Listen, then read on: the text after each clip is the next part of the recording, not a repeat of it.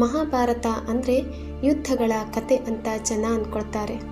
ಆದರೆ ಮಹಾಭಾರತ ಶುರುವಾಗಿದ್ದು ಯುದ್ಧದಿಂದಲ್ಲ, ದ್ವೇಷದಿಂದ. ಒಂದು ನಗು, ಒಂದು ಮೌನ ಮತ್ತು ಒಂದು ಕುತಂತ್ರ. ಇವತ್ತಿನ ಕತೆ ಪಾಂಡವರನ್ನ ಸುಡೋಕೆ ರೂಪಿಸಿದ ಅತ್ಯಂತ ಭೀಕರ ಯೋಜನೆ, ಲಕ್ಷಗ್ರಹದ ಕುತಂತ್ರ.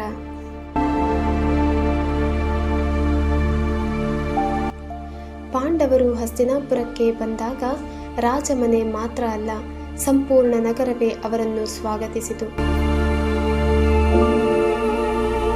ಧರ್ಮರಾಜ ಯುಧಿಷ್ಠಿರನ ಶಾಂತ ಮಾತು, ಭೀಮನ ಶಕ್ತಿ, ಅರ್ಜುನನ ಧನುರ್ವಿದ್ಯೆ, ಜನರ ಮನಸ್ಸಿನಲ್ಲಿ ಒಂದೇ ಮಾತು: ಇವರೇ ನಮ್ಮ ಭವಿಷ್ಯದ ರಾಜರು.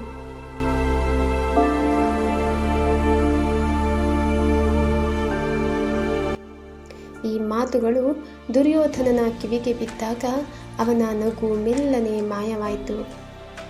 ಅವನ ಹೃದಯದಲ್ಲಿ ಅಸೂಯೆ ಹುಟ್ಟಲಿಲ್ಲ, ವಿಷ ಹುಟ್ಟಿತು. ನಾನು ಕೌರವ, ನನ್ನ ತಂದೆ ರಾಜ, ಆದರೆ ಜನರ ಹೃದಯದಲ್ಲಿ ಪಾಂಡವರು ರಾಜರ. ದುರ್ಯೋಧನ ರಾತ್ರಿ ನಿದ್ದೆ ಮಾಡಲಿಲ್ಲ.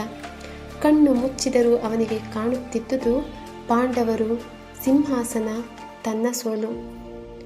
ಅಂದೇ ಅವನ ಮನಸ್ಸಿನಲ್ಲಿ ಒಂದು ತೀರ್ಮಾನ: ಪಾಂಡವರು ಬದುಕಿರಬಾರದು.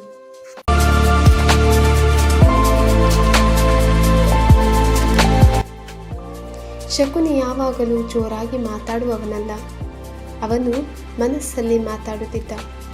ದುರ್ಯೋಧನನ ಮುಖ ನೋಡುತ್ತಲೇ ಅವನ ಮನಸ್ಸು ಓದಿದ. ನಿನ್ನ ಸಮಸ್ಯೆ ಏನು ಗೊತ್ತಾ ಎಂದು ಶಕುನಿ ಕೇಳಿದ. ಪಾಂಡವರು ಶತ್ರುಗಳಲ್ಲ, ಅವರು ನಿನ್ನ ನೆರಳು. ದುರ್ಯೋಧನ ನಿಶ್ಶಬ್ದ.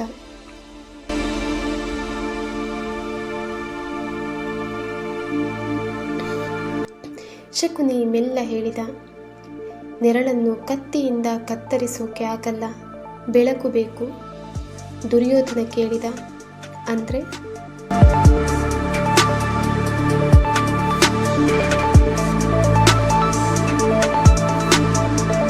ಶಕುನಿಯ ಉತ್ತರ ಒಂದೇ: ಬೆಂಕಿ. ಪಾಂಡವರಿಗಾಗಿ ಒಂದು ಮನೆ ಕಟ್ಟಿಸೋಣ ಎಂದು ಶಕುನಿ ಹೇಳಿದ. ಆದರೆ ಕಲ್ಲಿನಿಂದ ಅಲ್ಲ, ಮೇಣ, ಒಣಹುಲ್ಲು, ಮರ. ಒಂದು ಕಿಡಿ ಸಾಕು, ಒಂದು ರಾತ್ರಿಯಲ್ಲಿ ಎಲ್ಲವೂ ಭಸ್ಮ. ದುರ್ಯೋಧನನ ಮುಖದಲ್ಲಿ ಮೊದಲ ಬಾರಿಗೆ ನಗು.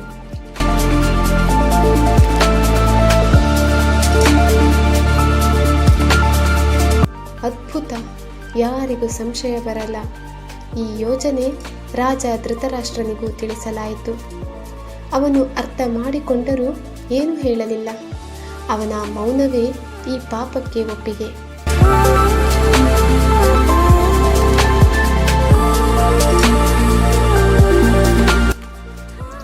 ಧೃತರಾಷ್ಟ್ರ ಪಾಂಡವರಿಗೆ ಹೇಳಿದ, ವಾರಣಾವತದಲ್ಲಿ ನಿಮಗಾಗಿ ಒಂದು ಸುಂದರ ಮನೆ ಕಟ್ಟಿಸಿದ್ದೇವೆ.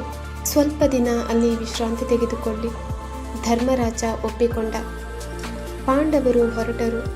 ಆದರೆ ಎಲ್ಲರಿಗೂ ಈ ಯೋಚನೆ ಗೊತ್ತಿರಲಿಲ್ಲ. ಒಬ್ಬನಿಗೆ ಮಾತ್ರ ಗೊತ್ತಿತ್ತು, ಅವನೇ ವಿದುರ.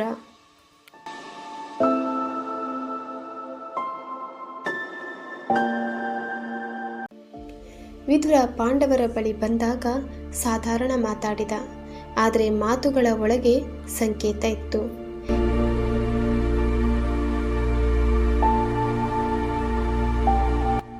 ಈ ಮನೆ ರಾತ್ರಿ ಹೊತ್ತಲ್ಲಿ ಹಾವುಗಳು ನಿದ್ದೆ ಮಾಡೋ ಸಮಯ. ಧರ್ಮರಾಜನಿಗೆ ಅರ್ಥವಾಯಿತು, ಇದು ಮರಣದ ಮನೆ. ಪಾಂಡವರು ರಹಸ್ಯವಾಗಿ ಒಂದು ಸುರಂಗ ತೋಡಿದರು. ಒಂದು ರಾತ್ರಿ ಲಕ್ಷಗ್ರಹಕ್ಕೆ ಬೆಂಕಿ ಹಚ್ಚಲಾಯಿತು. ಜ್ವಾಲೆಗಳು ಆಕಾಶ ತಲುಪಿದವು. ಜನರು ಕೂಗಿದರು, ಪಾಂಡವರು ಸುಟ್ಟು ಹೋದರು ಎಂದು. ದುರ್ಯೋಧನನಿಗೆ ನಗು. ಆದರೆ ಆ ಸಮಯದಲ್ಲಿ ಪಾಂಡವರು ಸುರಂಗದ ಮೂಲಕ ಬದುಕಿ ಹೊರಬಂದರು. ಕಾಡಿನೊಳಗೆ ನಿಂತ ಪಾಂಡವರು ಒಬ್ಬರನ್ನೊಬ್ಬರು ನೋಡಿಕೊಂಡರು. ಧರ್ಮರಾಜ ಹೇಳಿದ, ಇದು ಅಂತ್ಯ ಅಲ್ಲ, ಇದು ಆರಂಭ. ದುರ್ಯೋಧನ ಗೆದ್ದಿಲ್ಲ, ಯುದ್ಧ ಮಾತ್ರ ಮುಂದೂಡಲ್ಪಟ್ಟಿತ್ತು. ಮಹಾಭಾರತದಲ್ಲಿ ಪಾಂಡವರನ್ನು ಸುಡುವ ಪ್ರಯತ್ನ ವಿಫಲವಾಯಿತು. ಆದರೆ ಆ ಬೆಂಕಿಯೇ ಮುಂದಿನ ಯುದ್ಧಕ್ಕೆ ದಾರಿ ತೋರಿಸಿತು.